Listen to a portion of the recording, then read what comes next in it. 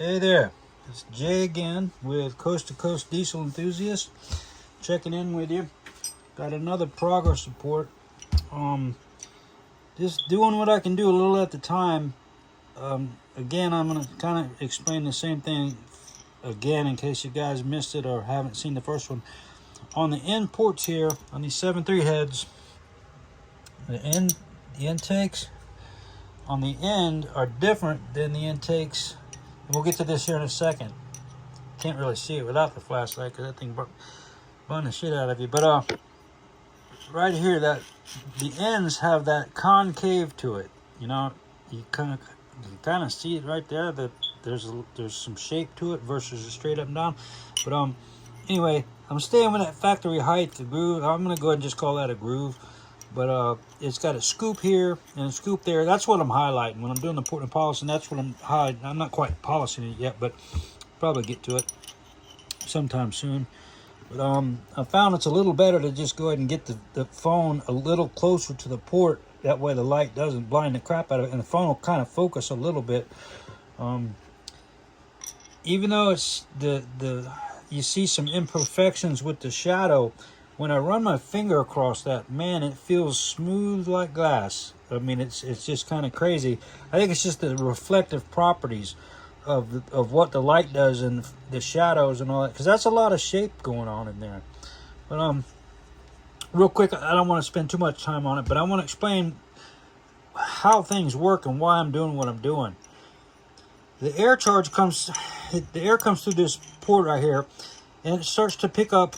Because this is the last reservoir in the system. The whole entire turbo system is just one big drawn out tank and tubes and intercoolers. It's just one big high pressure system. And the pressure constantly, you know, if you're under acceleration and going and stopping, the pressure changes with boost. So not to go too far on that because that's a whole nother subject, but just to touch base real quick on these, the ports here, they're the last reservoir, and you get your most velocity when the valve begins to lift off the seat here, and then as it's beginning to close, right when it's at its, how can I explain it again?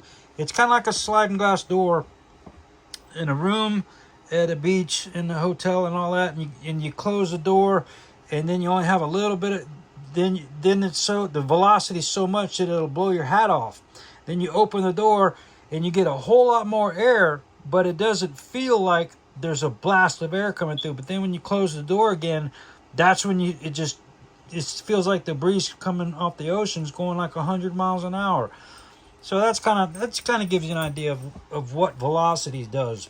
As far as the charge and in the port and all that stuff, the way the ports are designed, I'm trying to stay off of that light, so I don't want to get you right up in it because it'll blind the hell out of you. But I did find that putting the phone there a little bit in the right spot does make it look a lot better.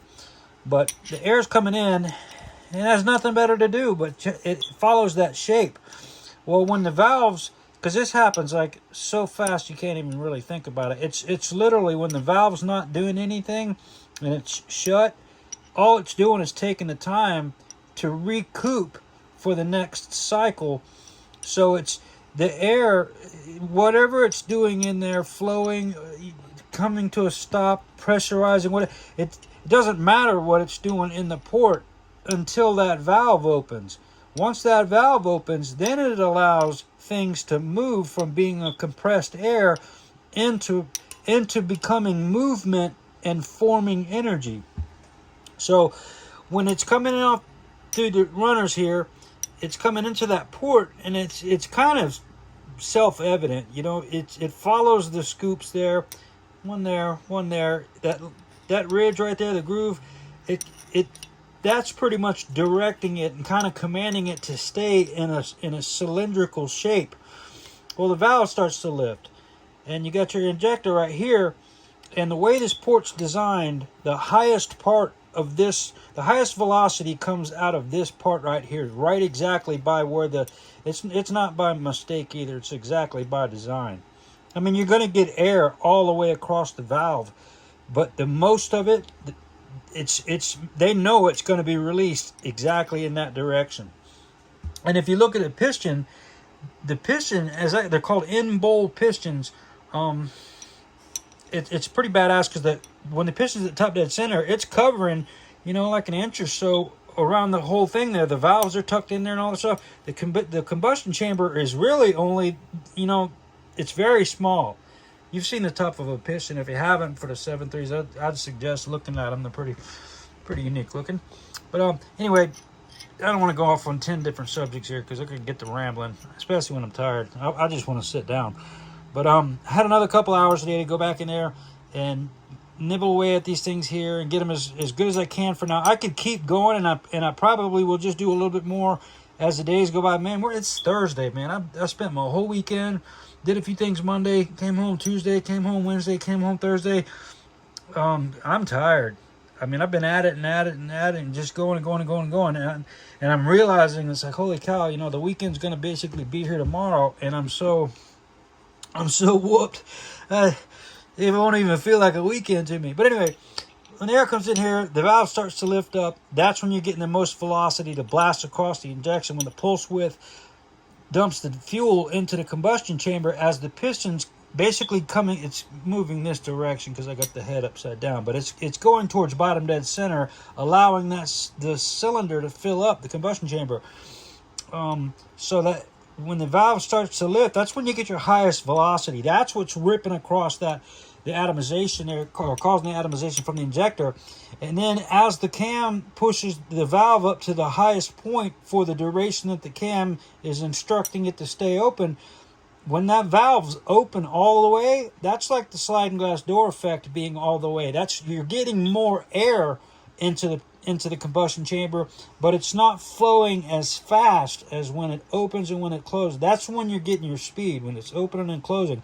When it's up for the little gajillionth of a second that it's up, the duration, when it's all the way up at whatever height, that's when it's actually moving the most air.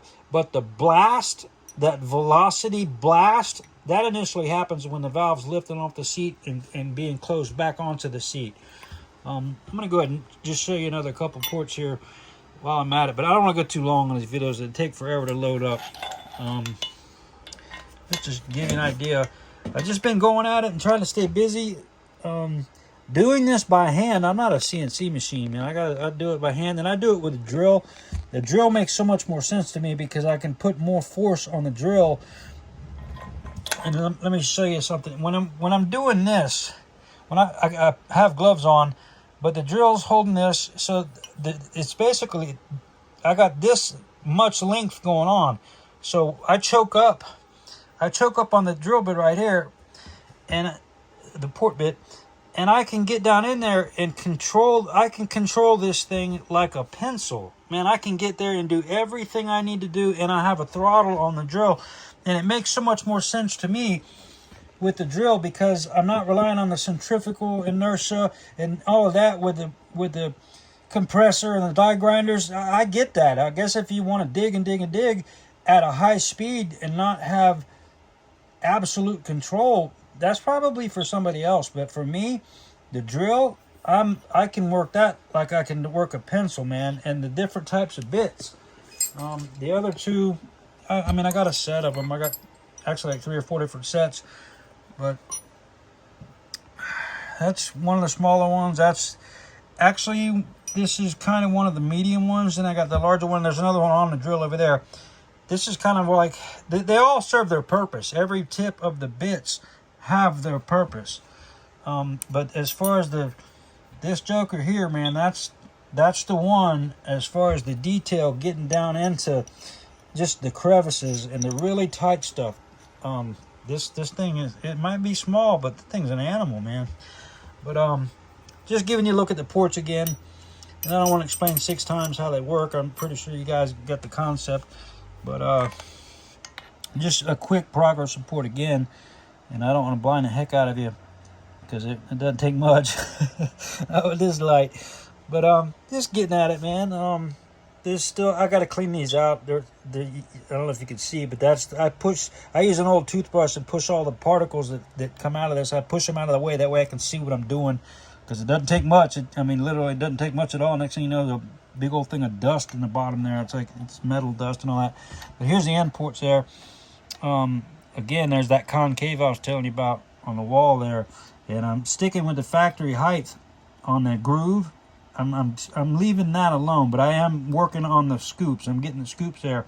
And if you look at this video versus what I had maybe yesterday or the day before, I don't remember the dates, but a few days ago anyway, you'll see. I mean, I'm doing what I can. I'm not a machine, man. I got to do it by hand, and it's one of them things. There's a little bit of an art form to this stuff. You don't just grab this and become fantastic in 10 minutes. I don't see that happen. I think it takes a little while to develop how you approach doing this stuff. But I'm going to show you real quick because I don't want to take too long on it, but I haven't shown you guys much on the exhaust ports. The exhaust is not so much of a strain on my way of thinking about how this head flows versus the intake. The exhaust, it's going to get out of there. I opened it up a little bit. This part here, I believe it was 1.5 inches across. When I gasket matched it to the new gaskets, I picked up about 3/16 of an inch. I think it's right at almost 1.7 across there, almost ironically close to the size of the valve. But opening that up a little bit, it's going to reduce a little bit of the back pressure. It's going to drop some of the EGTs, and it's going to flow a little better, you know. And I'm not looking to make crazy horsepower at all. I'm really not. I'm looking to cool my engine down. I say that 100 times. But I was giving you guys an idea, and I'm not done. You can see that there's still ridges in there, and I haven't polished anything up. If there is anything that I would polish to perfection, it's going to be these exhaust ports, because it just makes more sense to get rid of any kind of ridges it's going to have. This is where the gooey crap comes out. The burnt gases, that's the real dirty stuff. The intake will stay clean like that because for the most part it's air, and you might get some oil bypassing, you know, in the turbo, whatever not, after X amount of time, and the seals maybe go bad, or just diesels are just leaky, clackety engines anyway, man. Especially the 7.3. I think that 7.3 is actually the damn definition of clackety. Oil leaking and clackety. That's what they do. But I haven't messed with these in a couple weeks, whatever not. But I took these up to Louisiana with me, spent a little bit of time on there, and didn't want to be spending a whole bunch on the exhaust. But I made it to where it's opened up. It's gonna have a little bit more flow. I'm really looking just to cool the engine down. But as far as, man, I sat down. I want to get back up. But there's a look at the head. 7.3 Powerstroke Turbo Diesel for the 7.3 from my F350. My truck is a 2002. These heads are off of the engine that I'm building. I got a 2000 model engine, and I like the forged rods, but I'm probably going to go with billet rods, either Crowler or Carrillos or whatever not. And I like the speed of air pistons. I like what I see about them guys. But that's a whole nother ball game. I got so many parts to unbox. I think I've only got 2 videos as far as on my channel as far as unboxing things.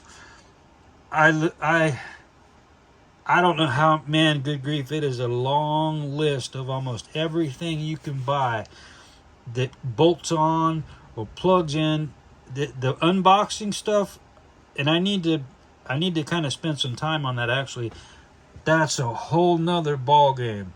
What I'm focusing on here is this is just the port work. This is just actually, I mean, even though it's a lot, it's critical. This is really just one part of the whole process. But anyway, again, this real quick before I go, this is the reservoir that when the valve's shut, there's nothing really going on other than air being repressurized. It's ready for another cycle. It's when that valve goes to lift up. That's when the valve begins to lift up. That's when the work's happening. That's when the air charge is entering the combustion chamber, and it's such an interesting process. And if I had a notebook to kind of write down the things that I was going to say and the steps, to where I'm not kind of fumbling through my words, because I don't rehearse for this crap. I just push record, and if I screw up, I kind of don't really care, as long as I, for the most part, don't stutter or sound retarded. I don't even care if I sound retarded. That's kind of funny sometimes. But anyway, I'm gonna kind of get going. I can't. It's 15 minutes, and all I feel like I've done is 2 minutes of recording. But anyway, I'm sticking with that factory ridge. I'm not going off of it. I'm not going to get too far from that. And the scoops, I'm highlighting the scoops, and I spend more time in there, and just a little by little, a few hours at a time, and I switch from port to port, because it seems to where if I stay in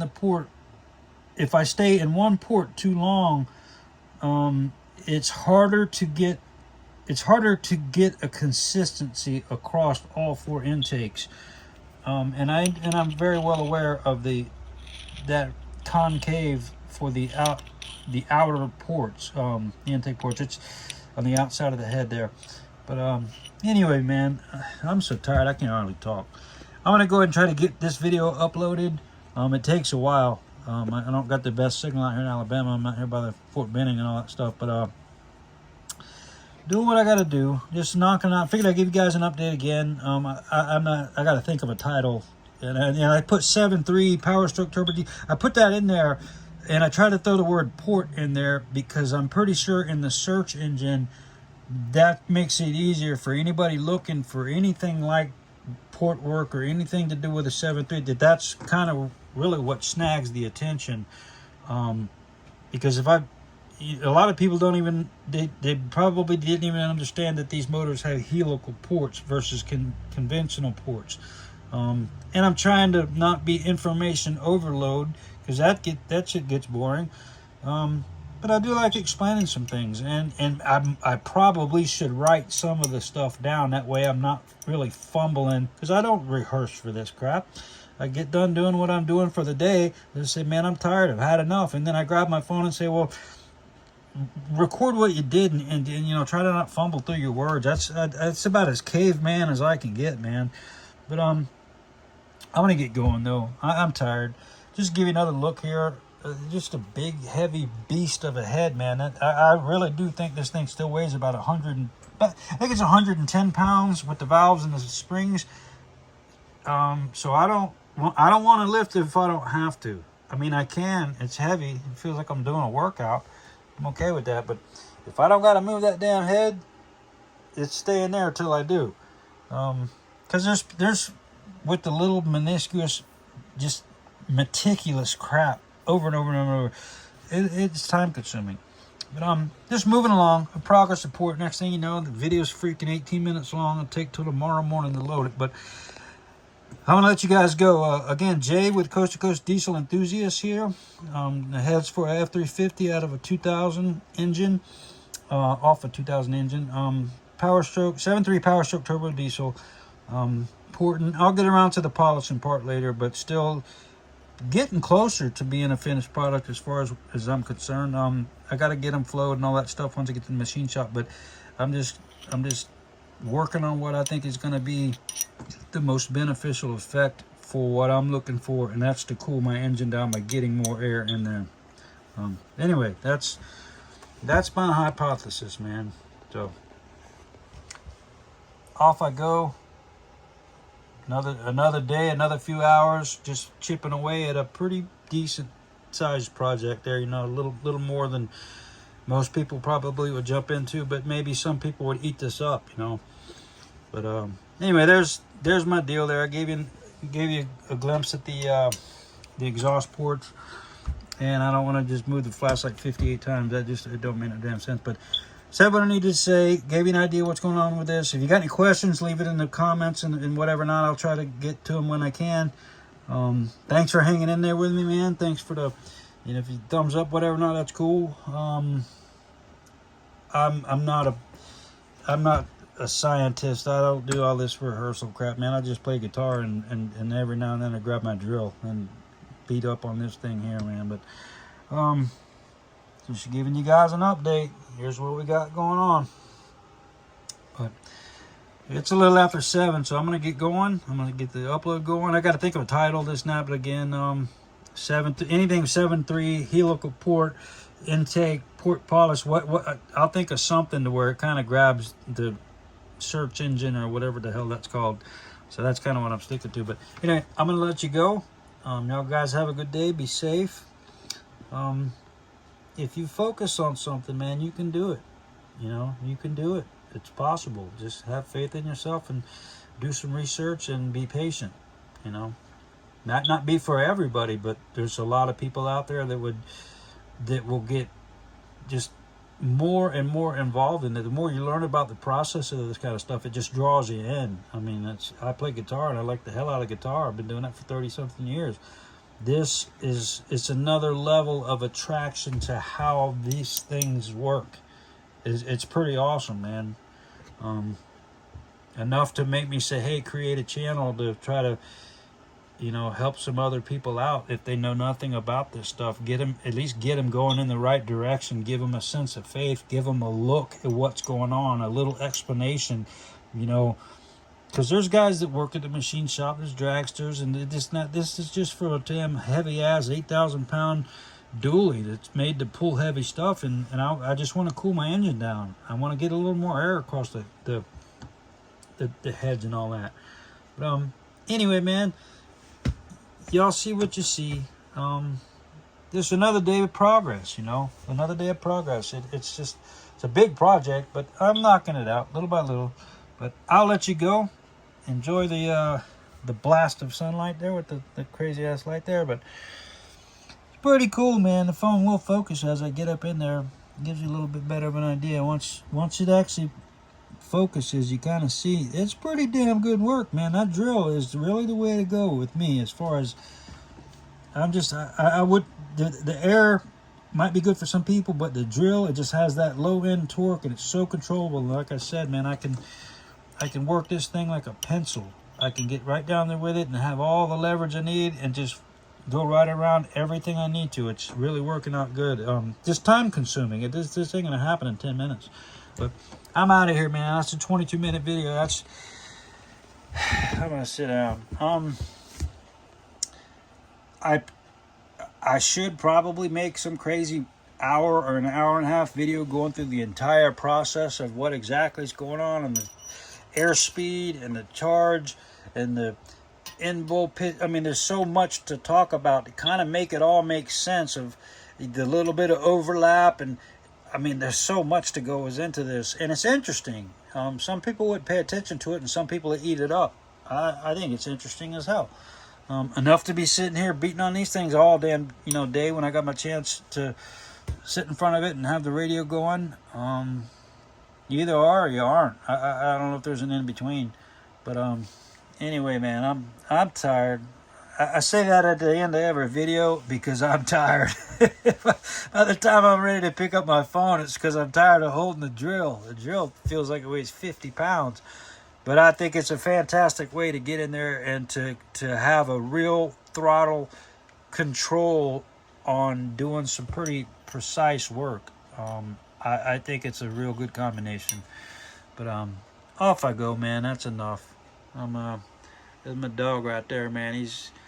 I'm tired like he is, man. But there you go, Jay with Diesel. Oh, I can't even talk. Jay with Coast to Coast Diesel Enthusiast, winding down another day of progress on the 7.3 Powerstroke Turbo Diesel heads, man. Y'all enjoy the rest of your day. Be safe, and I'll see you on the next one.